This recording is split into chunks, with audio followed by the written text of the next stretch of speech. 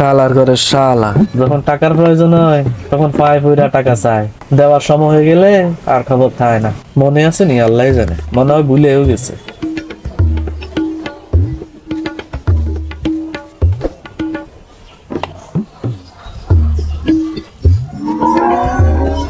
Hello, আর ওখান তুই কই রে? বাসায় আছো?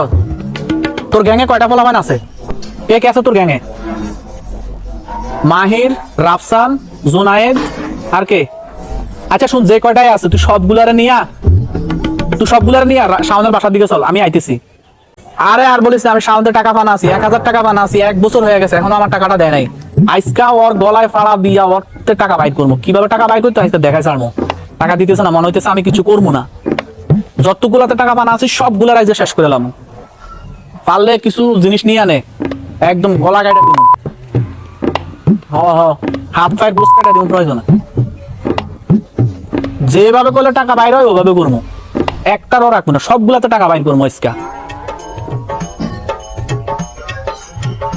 ঠিক আছে, আমি আইতেছি। ওকে। শালা কোনোটার সাল দিব না, যতগুলাতে টাকা বানাচ্ছে সবগুলার অবস্থা খারাপ। কি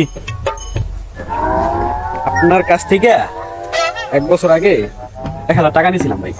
ধরেন ভাই একটু দেরিতে দিয়ে দিলাম, একটু রাগটা করে না ভাই। আর কিছুদিন হইলো নিলি, এটা আবার এখন দেওয়া লাগে? আচ্ছা দিস, থাক। শালা তোর জন্য তো পাপড়টা মারলাম।